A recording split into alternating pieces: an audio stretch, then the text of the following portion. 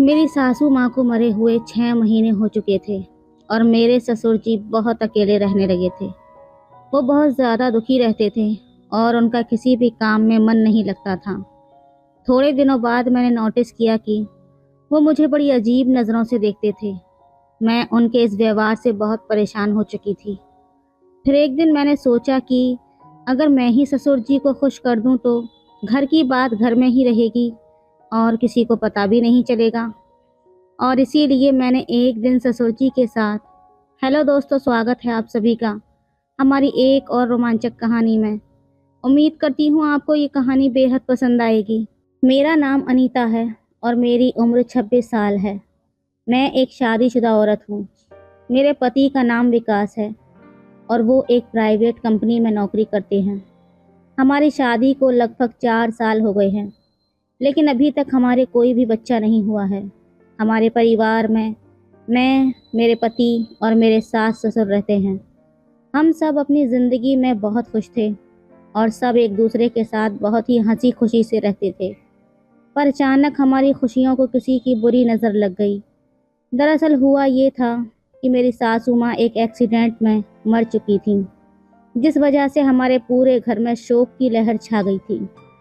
सासू माँ की मौत के बाद हम सभी अंदर से टूट चुके थे। हमारे ऊपर तो जैसे दुखों का पहाड़ ही टूट पड़ा था। सासू माँ की मौत के बाद मेरे ससुर जी बहुत ज़्यादा दुखी रहने लगे थे। मैं जब भी ससुर जी को देखती थी तो वो अकेले में बैठे बैठे रो रहे होते और सासू माँ को याद कर रहे होते थे। मैं और मेरे पति ससुर जी की इस हालत को देखकर बहुत ज़्यादा दुखी हो जाते थे। हम यही सोचते थे कि काश सासू माँ जिंदा होती तो ससुर जी को ये हालत नहीं होती। मैंने और विकास ने उन्हें बहुत समझाया था कि आप ऐसे मत करो, आप घर के बड़े हो, अगर आप ही टूट जाओगे तो फिर हमारा क्या होगा। हमारे समझाने के कुछ वक्त बाद तक तो वो ठीक रहते थे, लेकिन अकेले में फिर वो वैसे ही हो जाते थे। इसी तरह से 6 महीने बीत गए थे, लेकिन ससुर जी का अपनी पत्नी को भुला पाना बहुत ज़्यादा मुश्किल हो रहा था। फिर कुछ समय के लिए हमने ससुर जी को हमारी लखनऊ वाली ननद के पास भेज दिया। डॉक्टर भी हमेशा से यही बताते थे कि अगर हम घटना स्थल वाली जगह से दूर हो जाते हैं तो घटी हुई घटना कुछ पल के लिए हम भूल जाते हैं। मेरे ससुर जी करीब 3 महीने तक लखनऊ में रहे, पर जब वो वापस आए तब भी हमें उनमें कोई बदलाव नहीं दिख रहा था। उनमें वैसे तो कोई बदलाव नहीं आया था, पर हाँ, मैंने उनके व्यवहार में एक अजीब सी बात नोटिस की थी। मैंने नोटिस किया था कि वो अक्सर मेरे शरीर को घूरते रहते थे या फिर कभी कभी मुझे छूने की भी कोशिश करते थे। मुझे उनकी यह हरकत बहुत ही अजीब लग रही थी, क्योंकि इससे पहले उन्होंने कभी भी मेरे साथ ऐसा नहीं किया था। मेरा दिल कर रहा था कि मैं अपने पति को फ़ोन करके सारी बातें बता दूं, लेकिन फिर मैंने सोचा कि अगर मेरे पति ने मेरी बात पर यकीन ही नहीं किया तो फिर मैं क्या करूंगी। मैंने सोचा कि हो सकता है कि ये मेरा वहम हो, लेकिन एक दिन तो हद ही हो गई। एक दिन तो मेरे ससुर जी ने कुछ ऐसा किया कि मेरे पैरों तले ज़मीन ही निकल गई। मुझे यकीन ही नहीं हो रहा था कि वो ऐसा भी कुछ कर सकते हैं। मैं जब बाथरूम में जा रही थी तो वहाँ पहले से ही मेरे ससुर जी थे। मैं थोड़ी देर के लिए वहीं खड़ी हो गई। मुझे लगा वो थोड़ी देर में बाहर आ जाएंगे, इसीलिए मैं यहीं खड़ी हो जाती हूँ। पर ये क्या, अंदर से तो अजीब अजीब सी आवाज़ें आ रही थीं। मैं सोच रही थी कि ससुर जी इतना टाइम से बाथरूम के अंदर क्या कर रहे हैं। मैंने उन्हें बुलाने की भी कोशिश की, पर शायद उन्होंने सुना नहीं। फिर जब मुझे लगा कि वो कभी भी बाहर आ सकते हैं तो मैं अपने कमरे में आ गई। पहले तो मेरे मन में ख्याल आया कि ये सारा मामला अपने पति को बता दूं, लेकिन फिर से मेरे दिमाग में यही आया कि अगर ये मेरी बात पर भरोसा ही नहीं करेंगे तो फिर मैं क्या करूँगी। यही सोचकर मैं रात भर जागती रही और मुझे नींद ही नहीं आई। मैं अंदर से बहुत ज़्यादा परेशान थी, क्योंकि इतने दिनों से जो कुछ हो रहा था वो बहुत ही अजीब था। मेरे पति ने मुझे प्यार करने के लिए कहा, लेकिन मैंने कहा आज मेरा मूड नहीं है, और इतना कहकर मैं उनकी तरफ से पीट करके सो गई। मेरी सारी रात जागते हुए निकल गई और दूसरे दिन मेरे पति को शहर से बाहर किसी काम के लिए जाना था। वो 6 दिन के लिए एक मीटिंग में जाने वाले थे। मैंने उनका बैग लगाया और उनका टिफ़िन भी तैयार कर दिया। थोड़ी देर बाद मेरे पति अपने काम के लिए निकल गए। अब घर पर मैं और ससुर जी अकेले ही थे। मैं तो डर से कांप रही थी। मेरा तो एक एक पल सदियों जैसा गुजर रहा था। मैंने पूरा दिन घर का काम किया और सारा काम निपटाने के बाद कमरे में आ गई।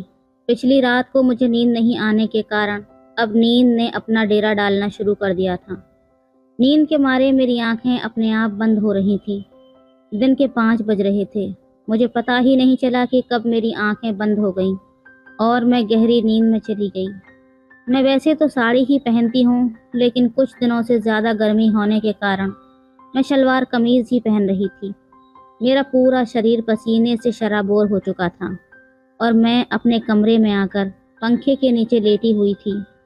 करीब 1 डेढ़ घंटे बाद मैंने महसूस किया कि कोई मुझे अजीब तरह से हाथ लगा रहा है।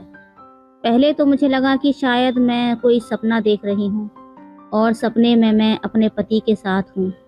लेकिन फिर मैं एकदम से हड़बड़ाकर उठ बैठी और अपने कपड़े ठीक करने लगी। मैंने देखा कि मेरे ससुर जी मेरे बगल में बैठे हुए हैं। मैं उन्हें देखकर चौंक गई। मैंने उनसे पूछा, क्या हुआ बाबूजी? आपको मुझसे कोई काम था क्या? मेरे ससुर जी बोले, बहू, मेरा चाय पीने का बहुत मन कर रहा है।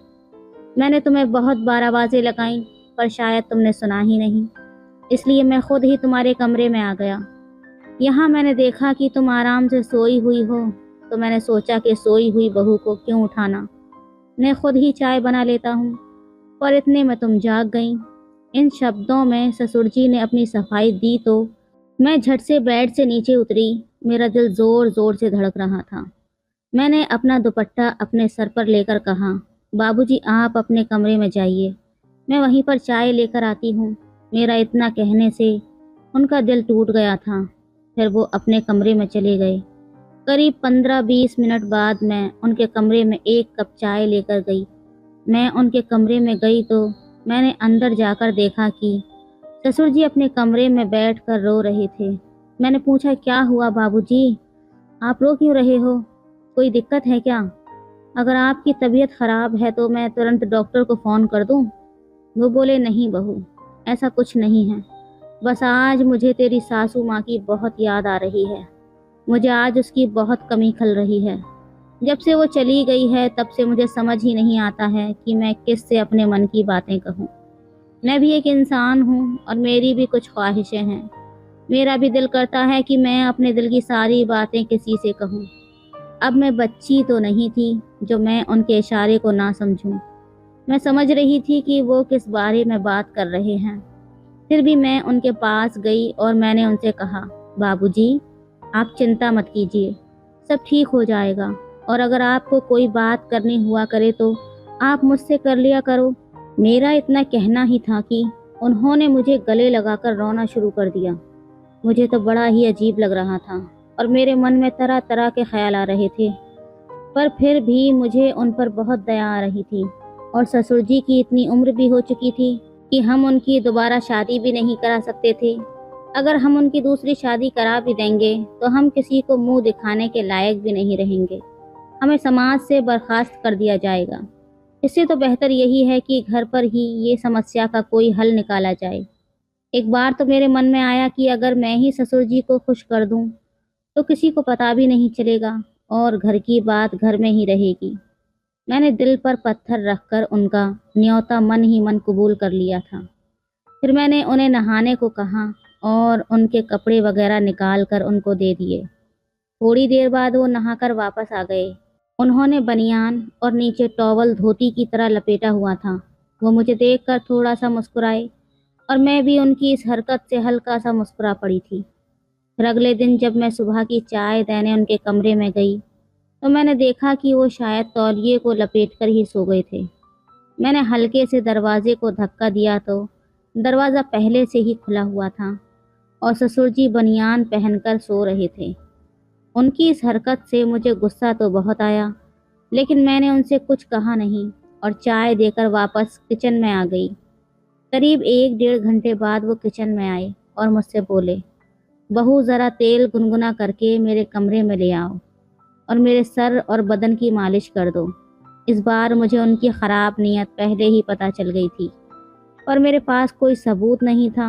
थोड़ी देर बाद मैं एक कटोरी में तेल गरम करके उनके कमरे में ले गई और उन्हें बोला, बाबूजी ये तेल लीजिए और आप खुद ही लगा लो। मुझे आज बहुत सारा काम करना है और बहुत सारे कपड़े भी धोने हैं। वो बोले, बहू सर पर तो मैं खुद ही लगा लूँगा, लेकिन पीठ पर मेरा हाथ नहीं पहुँचेगा, इसलिए पीठ की मालिश तुम ही कर दो। इतना बोलकर वो अपने बेड पर पीठ के बल लेट गए। मुझे आज सुबह से ही उन पर बहुत गुस्सा था, लेकिन मैं फिर भी उनकी पीठ की मालिश करने लगी। करीब 10 मिनट बाद उन्होंने साइड बदलते हुए कहा, बहू तुम्हारे हाथ खराब हो ही गए हैं तो थोड़ी पेट की भी मालिश कर दो। मैं ना चाहते हुए भी उनकी हर बात मानती जा रही थी और अपने दोनों हाथों से उनकी मालिश कर रही थी। मैं यही सोच रही थी कि काश आज सासू माँ जिंदा होती तो मुझे ये सब नहीं करना पड़ता। मेरा इन 6 दिनों में विकास के बिना इतना बुरा हाल हो गया है, तो ससुर जी सासू माँ के बिना कैसे रहते होंगे। मैं इसी सोच में इतनी डूबी हुई थी और सब कुछ वही छोड़कर अंदर भाग आई थी।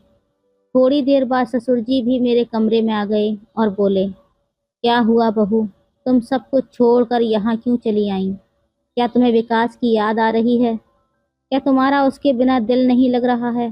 तुम मुझे बताओ कि तुम्हें क्या परेशानी है। तुम्हें जिस चीज़ की भी कमी होगी वो मैं तुरंत पूरी कर दूंगा। मैं तुम्हें अपनी बेटी ही मानता हूँ और मैं तुमसे अपनी बेटियों की तरह ही प्यार करता हूँ। मैं ऐसा कभी नहीं चाहूँगा कि तुम किसी भी तरीके से दुखी रहो। आखिर तुम भी मेरी लाडली बेटी हो। मैं उनके पैरों में गिर गई। मैंने कहा, ससुर जी मैंने आपको बहुत गलत समझा था, मुझे माफ़ कर दीजिए। मैं इतने दिनों से यही सोच रही थी कि आप मुझ पर बुरी नज़र रख रहे हो और इसीलिए मैं आपसे दूरी बना रही थी। पर अब मैं समझ पा रही हूँ कि जब विकास को गए 5 दिन हुए हैं और मैं उसके बिना इतना परेशान हो चुकी हूँ, तो सासू माँ को मरे हुए तो पूरे 6 महीने गुजर चुके हैं। अगर मैंने आपका दिल दुखाया हो तो आप मुझे माफ़ कर दीजिएगा। अब से मैं आपकी हर तरह से देखभाल करूँगी और आपकी बेटी बनकर रहूँगी। तो दोस्तों, ये थी आज की कहानी। आपकी क्या राय है इस कहानी पर हमें कमेंट में ज़रूर बताएं। वीडियो अच्छी लगे तो लाइक करें, शेयर करें, सब्सक्राइब करें। धन्यवाद।